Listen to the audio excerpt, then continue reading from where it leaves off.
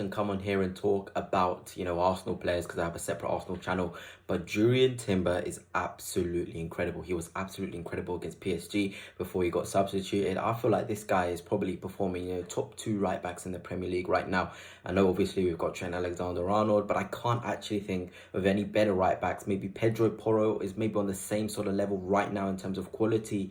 But right now, Jurrien Timber is just performing to such a high level. You talk about players who have pretty much everything. 1v1 defending, ability to go forward and overlap, the ability to invert, the composure, the technical ability. He has it all, and he's traditionally a centre-half. And where I knew this guy was special is definitely when Virgil van Dijk started talking about him, talking about how, he was better than him when he was 21. And to get this from Virgil van Dijk just shows how good you are as a player. And I feel like Mikel Arteta has found a position for him right back, where he has the nice blend of being aggressive, which he is, coming back from an ACL. I can't believe how aggressive Jurrien Timber is, and it's the right type of aggression.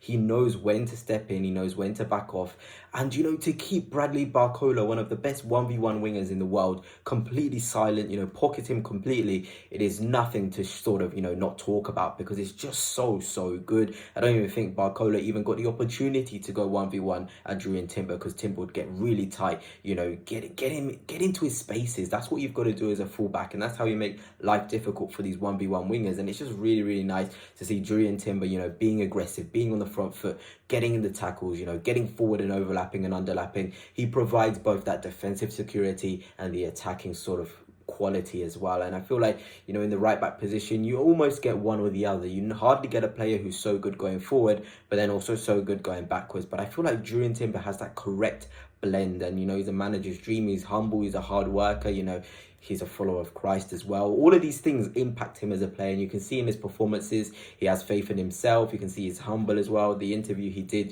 talking about his brother and how they used to be together, sleeping together, and just his humble nature is just really nice to see. And those performances, now he's starting to show why he's so good. And hopefully, as an Arsenal fan anyway, he's not injured, because his quality is so needed, especially with Ben White injured.